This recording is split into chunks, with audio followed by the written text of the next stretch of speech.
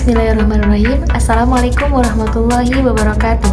Perkenalkan, nama saya Kansawa dengan NIM 2214124 dan saya dari kelas 3A, asal saya dari Serang dan hobi saya ini membaca. Baiklah, di sini saya akan menjelaskan mengenai perbedaan pengetahuan ilmu, filsafat, dan agama. Nah, perbedaan ini memiliki pendekatan berbeda terhadap sifat kebenaran. Yang pertama yakni pengetahuan ilmu.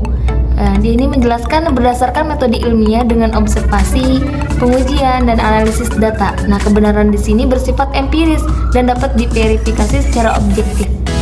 Sedangkan pengetahuan filsafat bermetode menggunakan pemikiran, rasional, refleksi, dan analisis konsep. Nah, kebenaran ini bersifat konseptual dan dapat bersifat subjektif tergantung pada argumen dan interpretasi. Selanjutnya, pengetahuan agama. Metode ini mengandalkan wahyu, kepercayaan, dan ajaran keagamaan. Nah, kebenaran ini bersifat transendental dan melebihi pemahaman empiris. Seringkali diterima berdasarkan keyakinan dan iman. Nah, sementara itu, mencari kebenaran melalui pengamatan dunia fisik, filsafat mempertimbangkan makna dan konsep secara abstrak, dan agama mengandalkan kepercayaan pada kekuatan transendental atau ilahi. Baiklah, selanjutnya mengenai hubungan antara ontologis, epistemologis, aksiologis dalam melandasi pengetahuan komprehensif. Yang pertama mengenai ontologis. Nah, definisi ontologis ini berkaitan dengan studi tentang keberadaan dan sifat eksistensial dari objek atau realitas.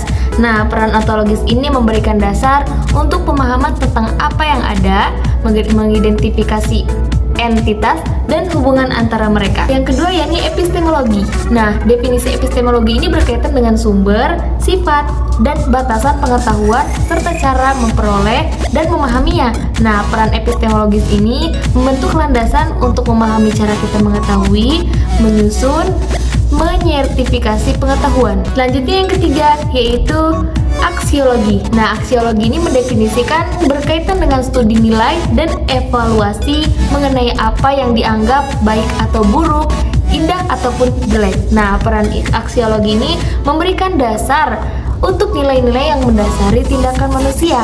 Nah, memberikan arah modal dan mengarahkan pilihan-pilihan dalam mencapai pengetahuan.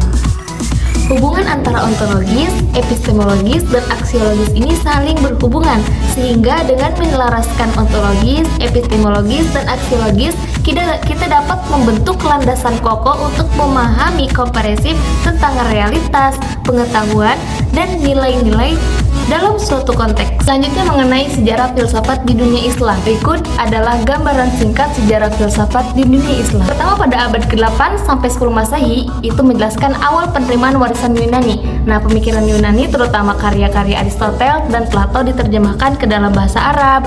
Pemikiran ilmiah dan filsafat mulai disatukan dalam tradisi intelektual Islam awal. Selanjutnya pada abad ke-9 sampai ke-11 Masehi itu adalah puncak karya filsafat Islami awal. Nah, di dalamnya itu mengenai perkembangan Al-Farabi dan Ibnu Sina membentuk dasar filsafat Islam. Selanjutnya pada abad ke-12 sampai 14 Masehi, filsafat dan mysticism. Nah, Ibnu Sina menawarkan penafsiran rasionalis terhadap Aristoteles.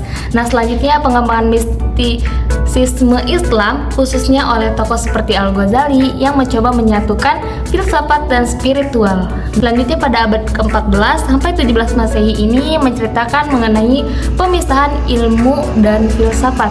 Nah, di dalamnya itu mengenai krisis epistemologi di dunia Islam di mana tradisi keagamaan mendominasi atas pemikiran filsafat. Selanjutnya pada abad ke-18 Masehi menjelaskan mengenai penurunan pengaruh filsafat, yang mana di dalamnya menjelaskan pengaruh Eropa dan perubahan sosial politik mengakibatkan penurunan pengaruh filsafat di dunia Islam.